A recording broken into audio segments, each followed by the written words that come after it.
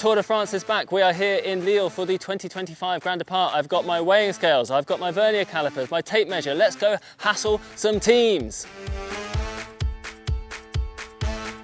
So we're here at the 2025 Tour de France with perhaps the most famous bike in the peloton. That's right, it is Tadej Pogačar's Y1RS. Now this is, of course, Colnago's Aero road bike, the bike the world champion rides on flat and rolling stages. And now when this launched, this was claimed to be the fastest bike in the world. Now, of course, as everyone knows, that has as much to do with Tadej Pogačar's legs as well as the bike, but Colnago does say this is more aerodynamic than anything else on the market.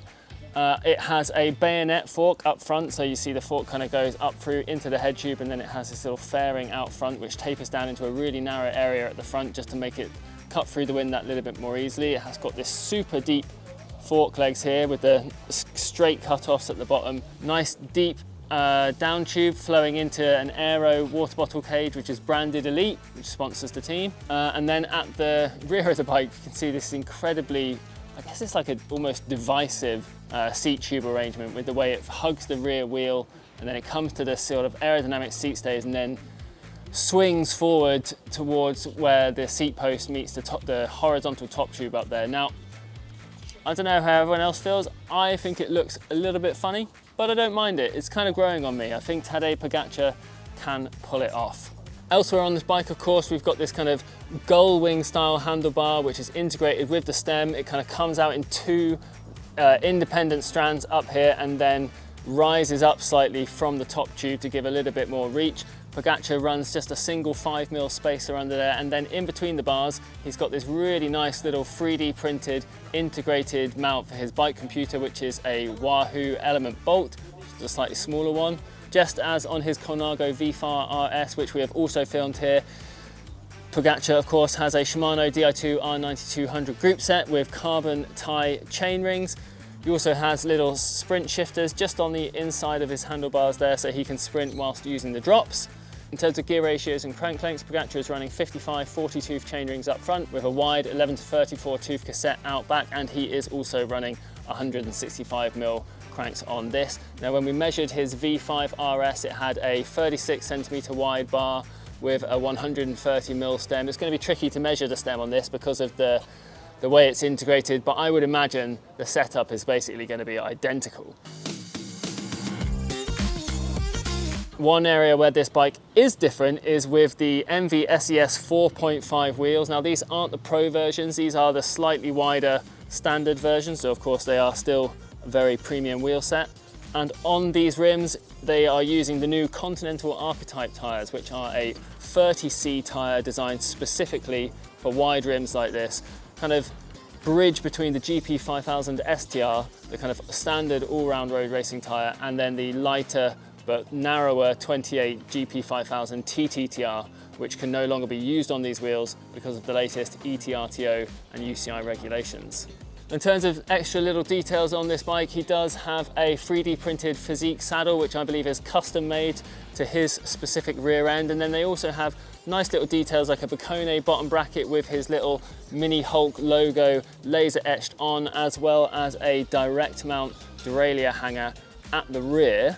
But I think that's all the important little details. So let's get this thing weighed and measured. All right, so as I said, these are the Continental Archetype tyres and they are a 30C nominal width, but let's see how wide they actually are on the rims. Woo! 33.4mm. Now that is the widest tyre we've seen so far at this year's tour. Let's check out the front one. Also looks similarly chunky. My things are having a, well, there we go. 33.6 up front. Very wide indeed. All right, let's get this handlebar measured. As noted, I think we're going to struggle to measure the stem length because it's a little bit of a weird geometry, but the handlebar is measuring the same, 36 centimeters center to center. Have a look at the stem. We'll have a little look. I mean, yeah, it looks about the same. I would be surprised if it wasn't exactly the same at around 130mm in length. Okay, so we just measured his V5RS around 10 minutes ago, and that one came in at under the UCI weight limit by about 5 grams. So let's see how much this one weighs. If it'll settle, a bit windy. Sorry, Kyle, it's just the wind's blowing it. All right, and it comes in at 7.57 kilograms without a bike computer and no bottles, but that's not too bad considering these are some pretty hefty tires and wheels, and this is a proper aero road bike.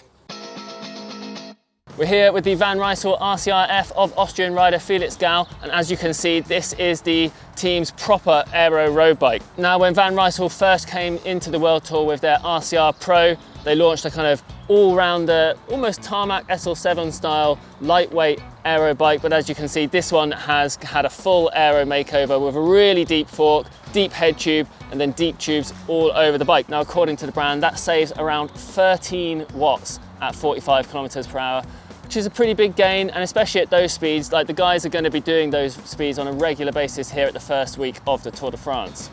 Now really, this is a sprinters slash a classic specialist bike, and it comes with a 7% increase in front end stiffness compared to the RCR Pro. And that shouldn't really be surprising because the kind of tube shapes here and the handlebar are super chunky, super aero, big deep aerofoil sections.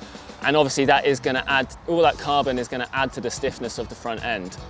One thing that's really noticeable with this bike is this Dada slash Van Rysel cockpit, which is much more aggressive and much more aerodynamic than the integrated one that's on the RCR Pro. You have this super deep head tube section and then this massive bar up top, and it looks pretty narrow. There's a little bit of a flare. I think these levers are tilted in slightly, so we'll get those measured in a moment. But it looks like the hoods, there's a really narrow position up there, and then it just flares out to the drops for a kind of more stable sprinting position. Right, so in terms of components, the team are running these Swiss side wheels. Now, I initially thought that these were kind of similar to the new DT Swiss Arc 1100 wheels that have just launched, but they're actually not. The Swiss side wheels have a different rim profile, and these are the Swiss side Hadron 680, so 68mm deep rims, which might not be legal from January 1st, 2026. Maybe we'll measure these rims and just check, because there's a new UCI ruling coming that's going to limit rim height to 65mm. So it'd be a bit of a shame for this team if that does happen.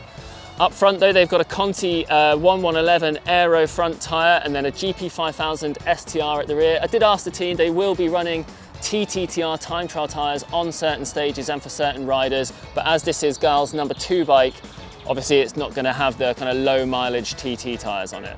In terms of drivetrain, the team is running Shimano Di2 R9200 group set. Gall has his set up with a whopper 56 tooth chainring up front, paired with a wide-ranging 11 to 34 cassette out rear.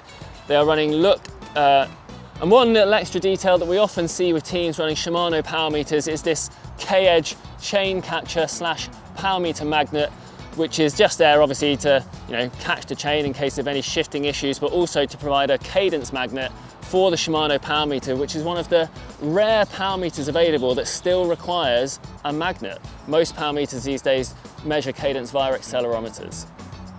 He's running Look Keo Blade carbon pedals. The hubs are DT Swiss 180s with ceramic bearings, and then topping things off is a 3D printed Physique Argo saddle. That's all the kind of major details. Why don't we get the handlebars measured, the tyres measured, and then we'll tell you that all-important weight. So like I said, looks like a pretty narrow, aggressive cockpit, but let's actually see what it is. So center to center at the brake hoods, yeah, we are looking around, maybe let's call that 35 centimeter center to center at the brake hoods. That's measuring 28 in between the hoods, and then if we come into the drops, yeah, there's a little bit of flare there, so it's flaring out to kind of 40 centimeters center to center at the drops.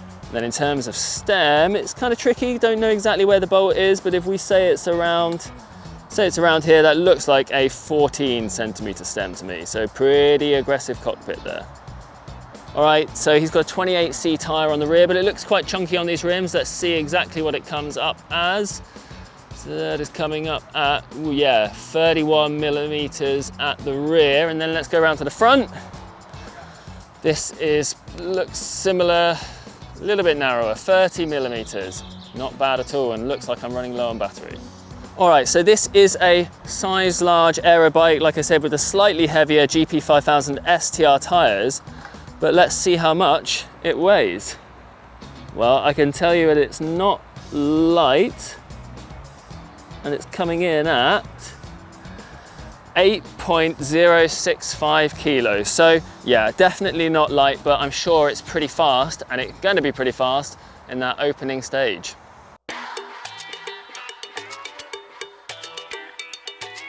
So this is the Canyon Aeroad CFR of multiple world champion Mathieu van der Poel. This is pretty much the same as the Aeroad he was riding last year and throughout this season so far, but it does have this very cool white and sparkly gold My Canyon paint job. Now the My Canyon program is a kind of customization program that the big German brand has launched this year.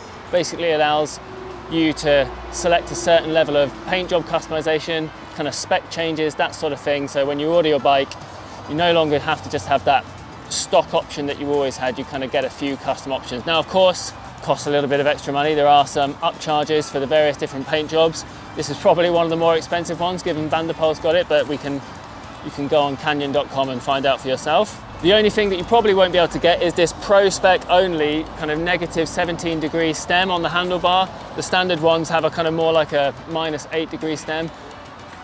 And I'm guessing Canyon just thinks that not enough consumers want those, but otherwise this bike is pretty stock. He's got the Shimano Dura Ace Di2 R9200 group set with 54 40-tooth chain rings and what looks like an 11 to 30-tooth cassette out back. Now I believe kind of tighter cassette is really just for the fast opening flatter stages, because they've also got these Dura Ace C60 wheels, which are a little bit heavier than the standard C50 wheels, because they have slightly deeper rims, of course, but I believe they also have slightly thicker spokes for a bit more rigidity in the sprints. In terms of tyres, Van der Poel is running the latest Pirelli P0. In terms of tyres, Van der Poel is running the latest Pirelli P0 Race RS TLR in a size 30C front and rear, interestingly. Those are set up tubeless. They're also running wax chains, it looks like this year, and Van der Poel has a white Selle Italia Flight SLR saddle on top, and this nice little race number holder just glued onto the back of the seat post there. So then, other than the elite custom race bottle cages, extra little detail just noticed whilst we've been taking some pictures is this really nice little 3D printed bike computer mount just out front. Just a nice little extra. And of course we couldn't come here without checking his crank lengths, but Van der Poel is still running 172.5, so no short cranks for Van der Poel. That's about it, so let's get on to the weights and measurements. All right, so let's get this one on the scales. Now this is obviously a proper aero bike with sprint setup. Yeah, all right, 8 kilos, bang on. All right, now these are 30C tyres as we said, but let's see what they actually measure. On the rims, they're coming in, yeah, just over 31 mil, and we'll check the front.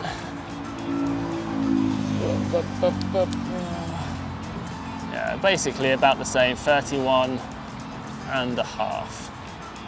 At a glance, this does look a little bit wider than most of the bars we've seen so far at this tour, and yeah, it's a 40 centimetre centre to centre, around 33 centimetres in between the hoods, which will please the UCI. And then at the stem, around maybe, let's call that a 120. We're here with the Orbea Orca Aero of Team Lotto. Now this particular bike belongs to the Belgian sprinter Arnaud Delis, former Belgian national champion. Could be in contention for the yellow jersey and the stage win on stage one. The Lotto team is certainly hoping. Now the Orca Aero is the team's kind of dedicated aero road bike. They also have the standard Orca, which is more of a climbing bike, and as you can see, got really deep aerofoil section tubes. It's also got a very narrow fork from the front on, with the kind of legs then bowing out towards the brake calipers and the dropouts at the bottom. Orbea says this bike was kind of inspired by their Ordu time trial bike, and that's why it's kind of got this horizontal top tube and the deep section down tube which kind of hugs the front wheel, and then as well as those deep seat stays which flow out of the seat tube. Now this particular bike has a set of Tax Zero carbon bottle cages. You may remember from the launch of this bike that there is actually an integrated bottle as well as an integrated storage unit that's designed for this specific bike frame, but those are not UCI legal because they are simply too big, and the UCI says they are fairings, so the racers can't use them. And to be honest, they are less practical for a road race where you're going to have to be getting multiple bottles throughout the stage. Up front, we've got a new integrated handlebar. Now, when this bike launched, it had a two-piece cockpit that kind of favored a bit of adjustability, but this new one from the kind of in-house brand Aeroad saves a little bit of weight and should also be a little bit more aero. And you don't need to wrap the tops on this bar because it's got this kind of little maybe printed or stuck on grip on the top, which is quite nice.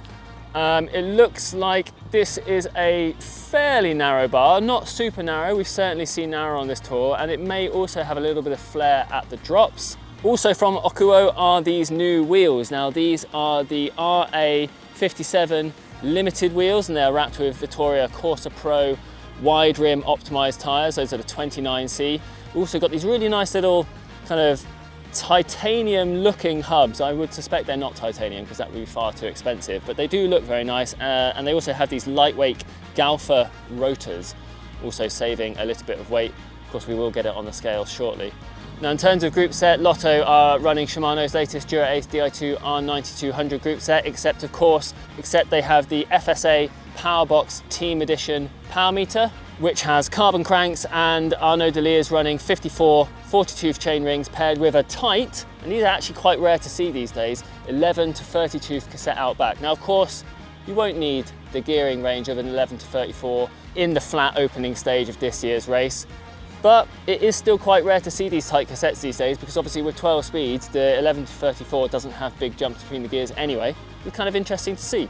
Finishing off the bike, we've also got a set of Dura Ace SPD SL pedals, a Sella Italia saddle, and Arnaud Delis also has little sprint shifters just placed under the drops on either side of his handlebar. Right, let's move on to the all crucial measurements and let's find out how much it weighs. All right, let's get that all important weight.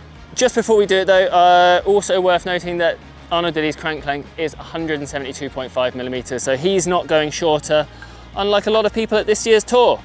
Right, now in terms of how much it weighs, 7.89 kilos. Now, this is of course an aero bike, so you don't expect it to be super light, but there you go. All right, let's get these all important handlebar measurements. Now, this one is coming out at around maybe 375, maybe 380 millimeters center to center at the brake hoods. In between the brake hoods, it's more like 31 centimeters, which won't be allowed under new UCI regulations from the beginning of 2026. At the drops, it is, yeah, maybe there's a slight degree of flare there because it's coming out around 41, 42 at the drops, and we'll get that stem length finally. That looks like a 12 centimeter stem for Delis. All right, let's get those tire whips. So these are the 29C Corsa wides. They're coming in at around 28.5 on the rear. Scoot round to the front. We have, drum roll please Kyle, the same, 28.5. So just a little bit under the 29C nominal width.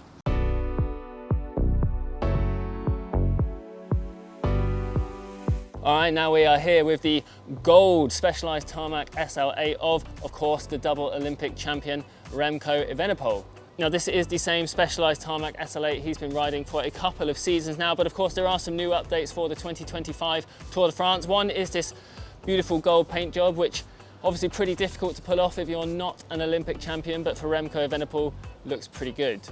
Continuing on the gold theme, of course, we also have a gold painted seat post and a gold painted bike computer mount out front and a gold saddle, and that's a new saddle too. That is the Specialized S-Works Power Evo with mirror. Now, mirror being the kind of term that Specialized uses for their 3D printed saddle technology.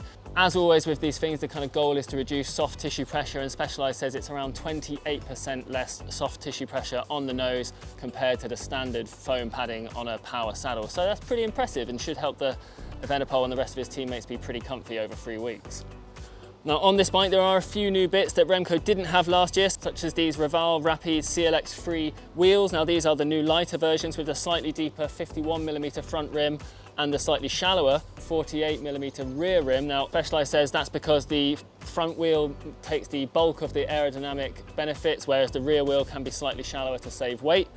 These wheels also have a new lighter hub set and carbon spokes, which save around 200 grams compared to the old versions, putting these in at around 1,300 grams for a set, which is pretty impressive for a mid-depth wheel set. And in terms of the tyres, Remco is also using the new specialised turbo cotton TLR tyres in a size 30mm. As on Primož Roglic's bike, which we have also filmed at this tour, this marks one of the first times we've seen these teams not using the old turbo cotton clincher tyres at the Tour de France. So looks like this could be the tyre that finally sways the teams away from using clinchers. In terms of drivetrain, Remco is running a Shimano Dura-Ace Di2 R9200 group set, and this year though he's using carbon tie chainrings. Now, as Shimano sponsors the team, the carbon tie branding has been tastefully removed, but we can still see these are 56-44T chainrings, and Remco has an 11-34 cassette at the rear, and he is still, I believe, running 165mm cranks, just like his big rival Tadej Pogačar.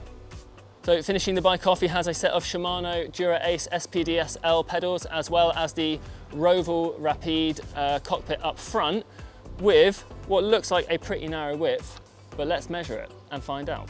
All right, now these are, as I have said, the new 30mm wide specialised turbo cotton TLR tyres, and on these rims they are coming in at just over 29.5mm wide at the rear. And at the front we have, it's about the same, just under 29.5mm wide for the tyres. All right, let's get those bars measured. Now as at previous tours, Remco is running a 36cm centre-to-centre handlebar, which measures around 30cm between the brake hoods, and the stem is, looks like a 120mm stem there. And that all-important bike weight figure, 7.18 kilos, so not bad at all, and I'm pretty sure this bike could be lighter, obviously with a slight swap of wheels, maybe to something lighter, but it is worth remembering we have spotted Remco Evenepoel before using a black Tarmac SL8, so I wonder if that is a slightly lighter paint job that he might switch to for the mountains. Well, there you have it. Those were all the hottest bikes from the 2025 Tour de France Grand Depart in Lille. Don't forget to leave a comment underneath this video telling us which one was your favourite. And of course, like this video, subscribe to our channel and stay tuned for more coming from this year's Tour de France here on BikeRadar.